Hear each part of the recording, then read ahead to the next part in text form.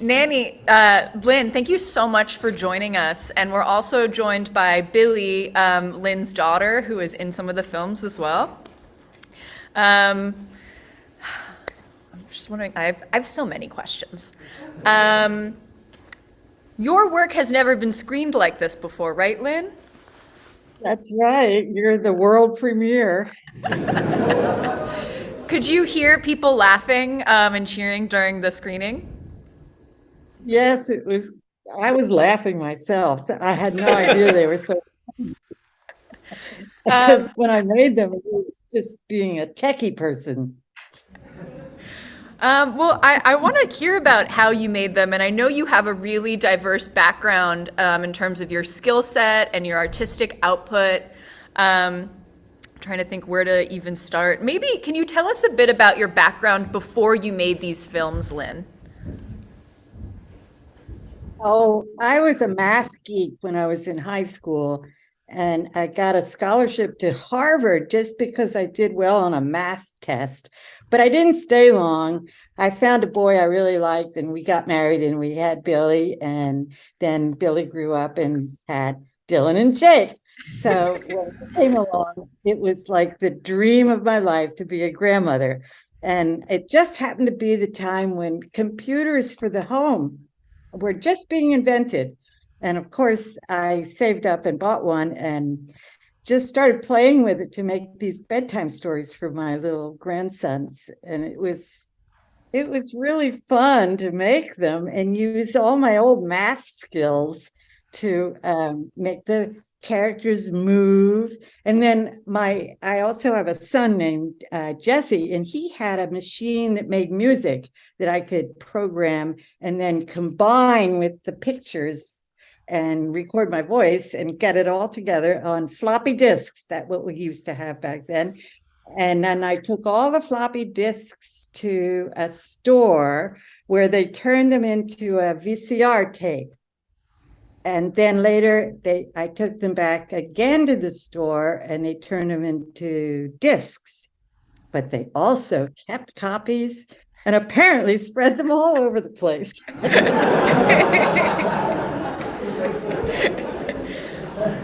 I had no idea they did that until 30 years later, my grandson said, Nanny, you should see your old videos on YouTube and Reddit and things, so I looked and sure enough, there they all were. It was quite a surprise. But the biggest surprise was all the funny things people thought of me. They had all kinds of silly stories about how mentally ill I must be.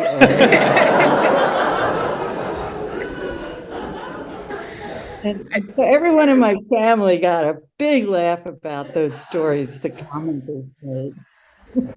Yeah, you're secretly internet famous. And even before Yeah, that, like VHS tape famous because people were making these copies of copies of copies. Um, I learned it very late, yes. and I think when you were on YouTube, that's where James came in because Right. nobody knew who you were. And there are all these theories about who are these? They're like PSYOP films, the government made them, or um, I would. Yeah, they're crazy stories. They were really crazy. But I was just an old grandma, and well, I'm a lot older now, but I was a new grandma when I made them. And it was just out of love. And most of them were all about the things that were favorite toys of my grandsons. Like they had so many little plastic dinosaurs. That's why there's so many dinosaurs in them. And they had all those people in the videos were their actual little friends in playgroups and that kind of thing. So there's Jake a and the real peanut butter Abby, was. there's a real Andrew, there's a real Dr. Scotty Do Right. Well, his real name was Sandro Cinti, and he's Billy's husband.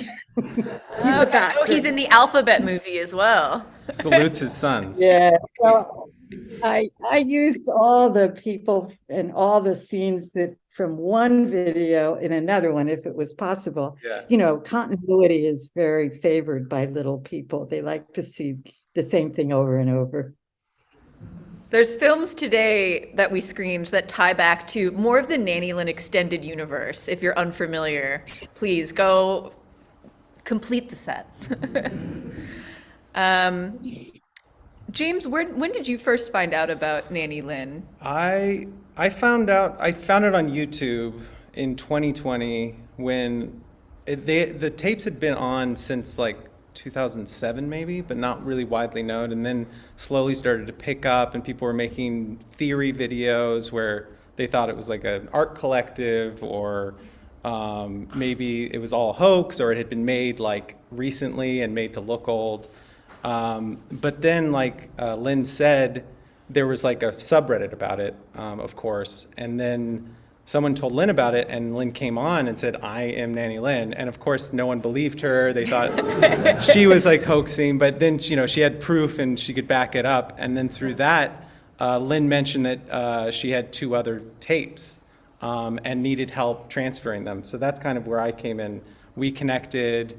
She eventually sent me the tapes, which they'd been in your garage probably in Michigan, and then in your garage in Key Largo, so they weren't in the best shape. So I got them, found a place that would restore them and clean them, and I mean, they look pretty rough, but they were even rougher, I think, when I first tried to play them. So they're in better shape than they would have been if they'd stayed in the garage. But yeah, and then you always wanted to share it with everyone. I mean, that was always the thing, was just get it out there to people that wanted to see more. Well, actually, you begged me to, and I never conceived of them as something for the world. They were just made for my grandsons. And then I had 4 more grandchildren, but I guess they were already so dated that my later grandchildren weren't nearly as fascinated by them, because they weren't the stars like the first set were. Yeah, Dylan and we all Jake got enjoyed their them. own movies. Yeah, they got plenty of star power in these little old videos. But I'm so glad that, James, you were able to get them restored, and actually the idea of sharing them is really a compliment, and I appreciate all the work you've done. Yeah, of And course. you too, I mean, Sam. they found an audience on their own. I mean, the story is that an employee at the duplication place that you had them transferred kept them, and then started duplicating, and then would leave them at parties. Just like would show up and then leave it on like the top of the VCR. And then this guy, Aaron Dillaway, had this bootleg label where he would put things out like strange music and films. And so then he started bootlegging it, and then DVDs. And anyway, it found an audience. It's pretty incredible you made this thing for 2 people, and it somehow just needed to be seen. Who had heard of Nanny before the announcement on Filmforum? I'm just curious. And Lynn can see you, by the way. Yeah, a lot of hands. Yeah, a lot of hands here. Thank you. Billie, I don't know if you're interested in like unmuting at all, but I would love to hear your experience of your mother making these films for your family and then screening them for your children. They feature you, because I know you're in the Alphabet movie, as well as some other pieces. My kids loved it, and my mom would just incorporate whatever they were interested in, and they're still really good friends with Britta, who works in Washington. She does foreign affairs stuff, and they're 31 and 30, or my youngest is about to be 30. But all their friends love Nanny Lynn. And she's kind of just an icon to them and their friends still. Cool. Do you guys still She's watch pretty them? unique, my mom. Well, we go around, we sing Heavy Metal Teddy Bear. I mean, yeah, whenever we're hungry. Take And it my counts. husband, Sandro. Yeah, right. My husband, Sandro, is, cooks a lot he's Italian and makes pasta. I think there's a video that wasn't shown that has him cooking or being a doctor. Yeah. So it's great. They the kids still talk about it. So do a couple other friends. I don't know if Nora or Caroline. Like when I was listening today, I think at one point, Mom, did you say Caroline instead of Madeline? At one for a second? I don't know. But Dylan was obsessed with Madeline as a Is kid. this Frank? And would dress as Miss Clavel all the time. Yeah, that's Papa Frank. Hi, Papa. Dad. You have a few cameos in this as well. Yeah, he's making the pancakes. Yeah. Right, Um, that's right. He was the pet maker. Yes, Sam? I'm wondering if anybody has a question for Lynn. Anybody? Yes. He's making the pancakes. Oh, does Dylan share? Did he learn? Does Dylan say? Does Oh he yes, share now? Dylan shares, and Jake is the younger one. He shares. He's great. He's getting married next August. Oh, wow. Good, I hope so. Jake used to sleep with a little tiny jar of peanut butter for about 3 years. So that's the peanut butter. He just slept in it. We had to keep the lid on really tightly so he wouldn't open it in his bedroom. Oh, that's adorable. Other questions in the back? That's the beer. So that's the. We had to keep the lid on really. Lynn, you have a question. How long did it take to make one of these videos? Well, I was an elected city councilwoman at the time that I was making them. So this was my fun thing I did when I wasn't trying to save our community. And I would spend maybe 2 or 3 hours a day not working but playing on my computer, and usually I'd get one out every couple weeks. But each video took like 100 floppy disks to record. I bet. Did you have a script or a storyboard or anything like that? No, it's just all free association. Yeah, that's what I thought. That's why it's so weird, because I would Very dreamlike. think up and draw them and then put them into a story. The hard part was having to work all the machinery. I had this MIDI synthesizer, and there was a music, like a keyboard, and then my computer and the television. All of them had to be connected to make these things into a continuous story on a floppy disk. And so you do hear pauses every once in a while, and that's because I was trying to do everything at once. I mean, it was a challenge, and I always like challenges. I would love But to yeah, hear more about the. Sorry. Go ahead. I would love to hear more about the process for making Srebrenica, which I feel like is amongst your more like infamous films, the one that people have the most theories about online.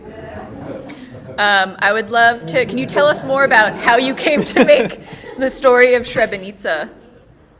Well, back in the 90s, Srebrenica was a town that got really wrecked by the war in Bosnia, and it was just so all over the TV news and in the papers. And I just thought it was such an interesting word. And every time I heard people pronounce it, they pronounced it a little differently each time. So I just used that word and then free associated from that to try to get all the different things my grandchildren were interested in into a story. But I started telling stories when I was 7 years old. My parents used to have all the friends come over on a weekend, and I would be the oldest of the offspring. So they would send me off to the master bedroom, which was 9 by 9 feet, and because we were poor. And then I had the job of telling stories to all the younger children until they all fell asleep. Then I was allowed to well, I allowed myself to go near the living room and eavesdrop to what all the adults were saying. So I've always been a news junkie because of that, because they were always very much talking about whatever the news stories of the day were. That's the story of my life. This fella. Hearing you This is describe Frank, it, my it sounds like a boyfriend from film Harvard. itself. Do we have other questions in the audience? No, we're just ordinary. Oh! Yeah. Yes. See? And these flowers were a wonderful birthday gift. Oh. Say it again. Hmm. The stuff we saw today, all in all, how much animation did you produce? You're being asked, Lynn, how much animation did you produce in terms of length?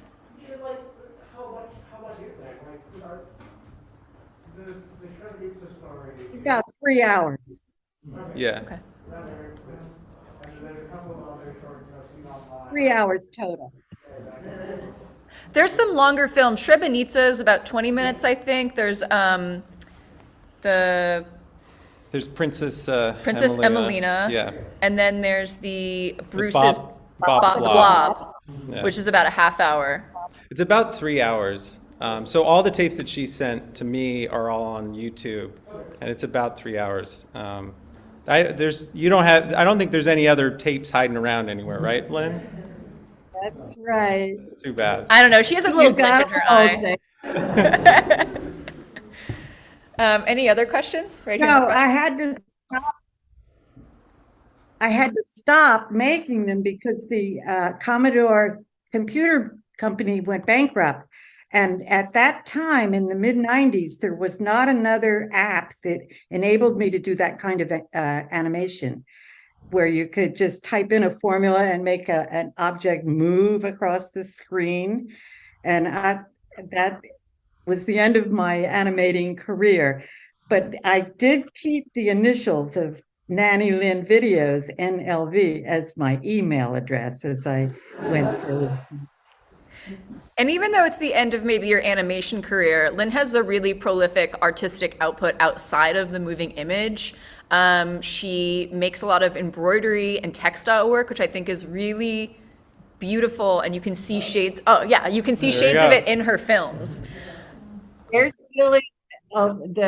Let's see, this one. That's Billie and Dylan in silk embroidery. That's what I do now. But it's been a wonderful time helping you all understand what fun I had when I was in my 50s. Show that off. Oh, they want this one. This is silk embroidery. I also brought your books, your Oysters Amazon and- books, Lynn. Oh my These goodness, two you books got on- them. Highly recommend. One is this is your Oh, yeah. this is your memoir, and then this is one that you Yeah. made with one of your grandkids too, right? Right, I just love grandchildren. I'm waiting for the great grandchildren. Hurry up, Jake.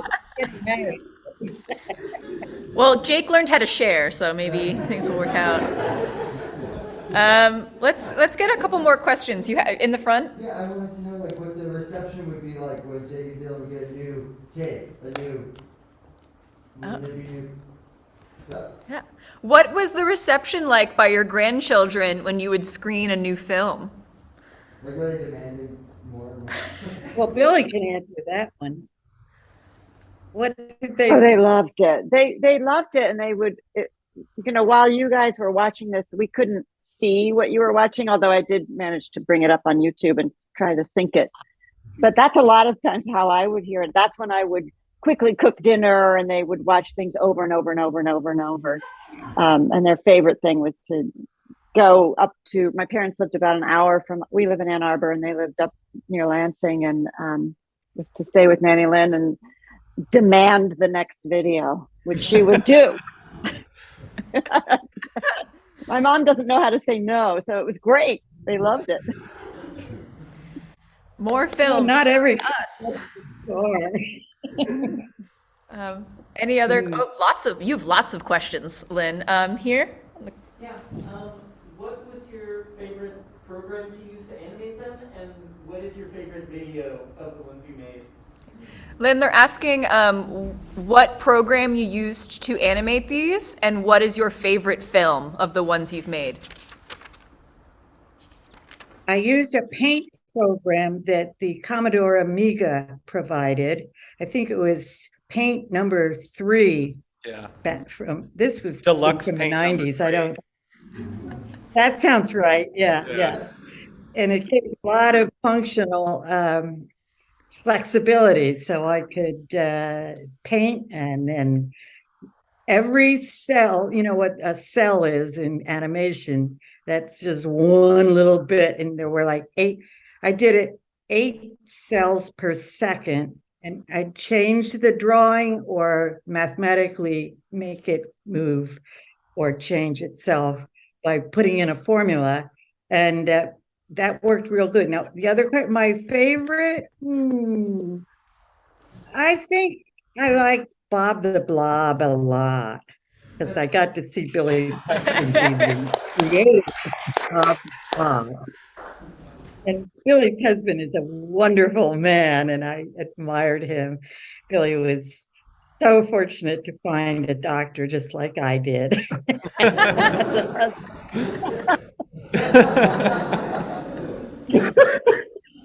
and so did my other daughter, Abigail. That actually, the Abby in the peanut butter film was my other daughter, but she was the younger sister. I just change people around as if I were, Lord on high. But it was fun to just use my imagination and please the boys. It was a real heartwarming experience. Any other questions? Yes, right in the middle here. Yeah, Lynn, I don't know if you remember me, but I'm Nora. I grew up with your grandparents in Ann Arbor, and I remember watching these growing up, but I know you too. All right, can you hear her? No. Yes. Hi, Nora. Mom, that's Jean's daughter. That's Nora Wixom. Who is it? Nora, Jean's daughter. Nora Sandra, come here. is in the audience. I only learned 2 days ago that you are an internet sensation, so this is all news to me. But I've worked professionally in the film industry, and I can see this is so much work. I'm so blown away with how much time. Nora's there. How did Nora know about this? I told Jean. I told Nora's mom, and Nora lives in Los Angeles, Mom. She knows a lot Nora, about this than Nora I and Dylan have been friends since they were in preschool together. Is that Sandra? I saw Sandra a little bit there. Why you chose animated film, because especially in these early days, it was so much work. Like, why this medium as opposed to stop motion or some other way of creating film stories? Could you hear Nora, Lynn? She's asking, No. why did you animate in this way that is so labor intensive to tell your stories? It was the only way available at the time. There weren't any apps for homemakers to make videos except this one paint program that I could find in Okemos, Michigan. I mean, I have a question now for Nora. That was it. Nora, so you said you watched these films as a child. Growing up, like where, in what context? Please say more. I guess I met when I was like 3. I met as a loose term here. Dylan and I went to the same preschool, and so our families connected that way. And we would see them every week growing up. Like we would go to their house, or they would come to our house, and their house was full of Manuel's work. Like these amazing paintings and embroideries. Like they're all over their home. They're so gorgeous. So we grew up around this very artistic personality. And I remember watching some of these videos. I didn't remember the plot, but some of the imagery came back after watching it. So it's quite, I'm stunned that this is And Oh, this is such a joy to see all these people that appreciate this film. oh man, cool. Well, thank you for coming, Nora. Yeah. Billy, thanks for Can I just say something? I just want to say how moved I am that Nora is there. I mean, she and her sister, when they were younger, you know, we kind of anointed ourselves their godparents, and so we're very close to her. And yeah, I told Jean, Nora, it's so nice that you're there. It makes me cry. Thank you. Sweet. oh, Does anybody I want to watched follow it. that question? Sorry. Yes, here at the hat. Your films and works are so colorful and vibrant. I was wondering what your thought process is for choosing the colors of all the creatures and landscapes. Was it your choice or restrictions within the program? So the question is your use of color is really vibrant and expressive. And they're wondering what led you to the colors that you used? Was it your own choice or was it limitations of the software? Well, some people have told me I'm very colorful.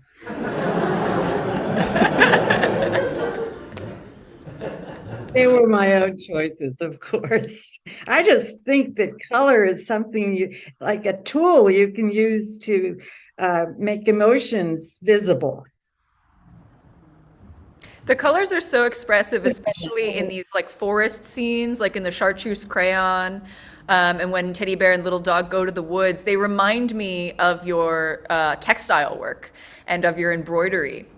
The way like even you'll have, you know, something like a blue tree, but you have these little dots of green and yellow mixed in that are just so expressive and impressionistic and lovely. Well, That's not a thank question. you. I'm just complimenting you.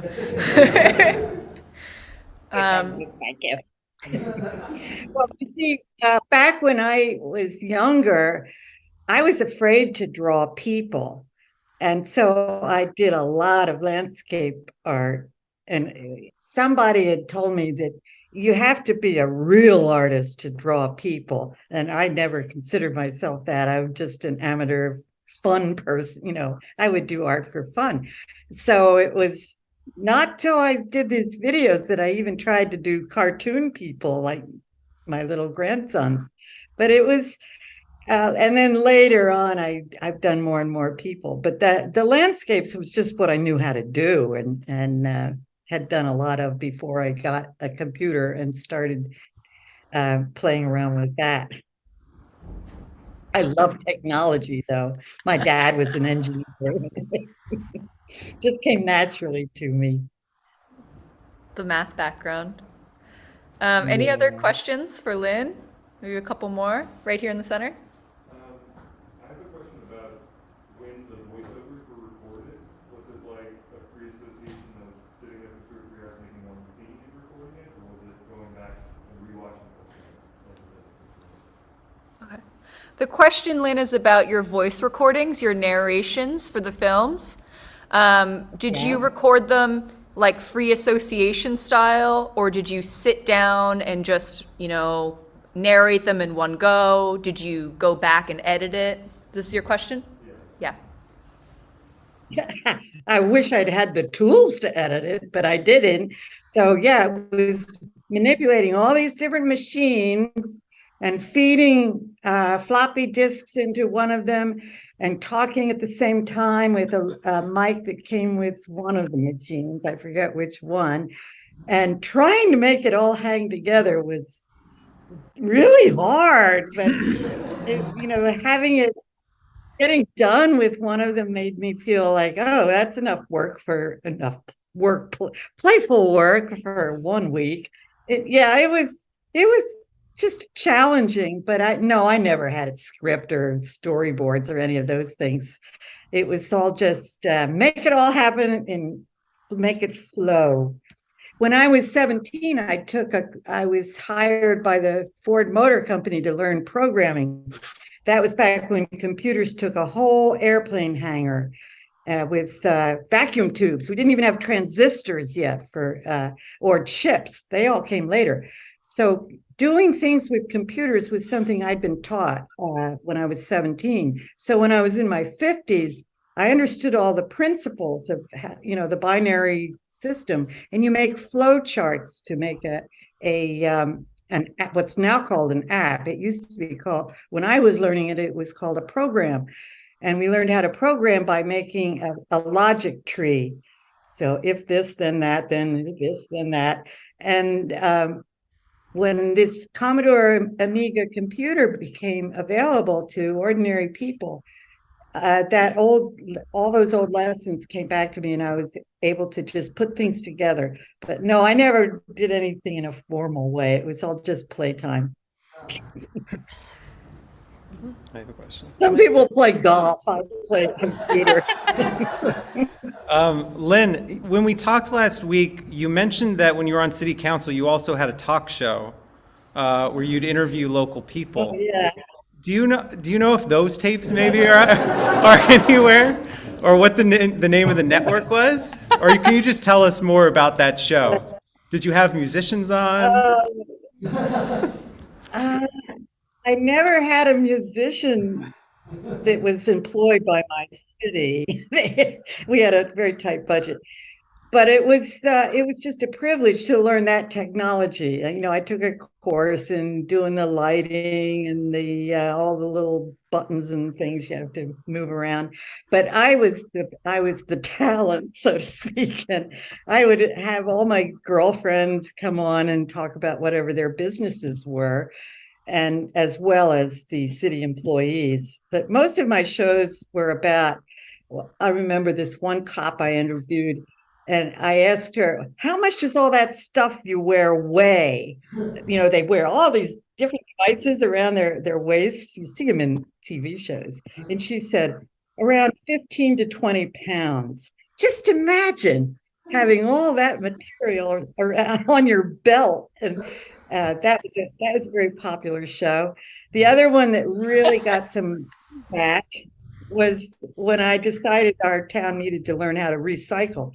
And I demonstrated how not to step on a can with bare feet. And that was good advice.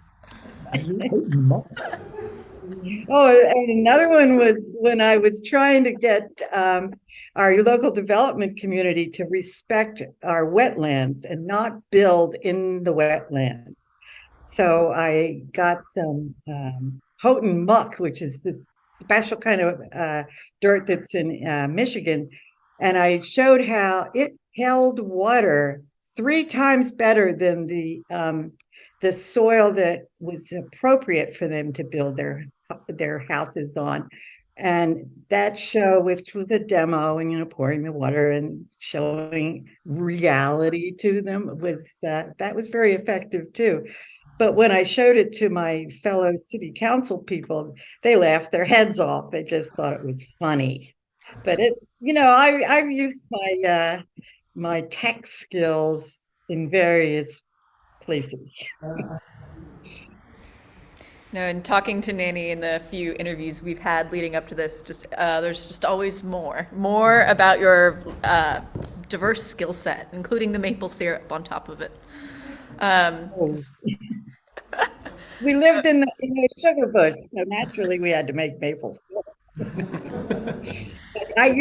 I sold it at the farmer's market, and I used my booth as my political headquarters, and all the would come by, and they would tell me what their concerns were. So that's how I kept in touch with my constituents. It was fun. Maybe I have time for one more question. I saw a very hesitant hand that went up and then went back down. Oh, this one's confident, coming in hot. Is there any chance you still have any of the floppy disks? Is there a chance you still have any of the floppy disks, Lynn? Oh, my other daughter took them all to Madison, Wisconsin, and they're in a storage facility there. Oh, and by the way, the TV station was called Home TV, Channel 23. Okay. In It's for in later. I'll get Meridian. on the case. Yeah, they loved my stuff. I made them, segue pictures of various monuments in our town. And in between shows, they would have them up with, and they got prizes for it. There's apparently contests for small town television shows. So they have all the prizes up on the wall of the town. Do you have any other burning questions? Thank you, everybody, for Thank you. I can grab the computer and show you the audience properly, Lynn, so everyone can wave to you. Right?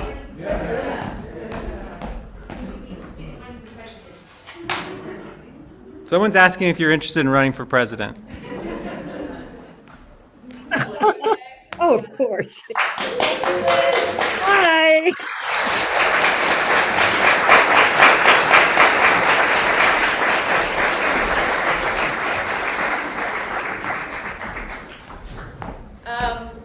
Thank you, James and Sam. Thank you so much. Yeah, enjoy your dinner, and thanks, Billy. Thank you, Billy. And happy birthday. Happy oh my birthday. goodness. Yeah. And thank you so much.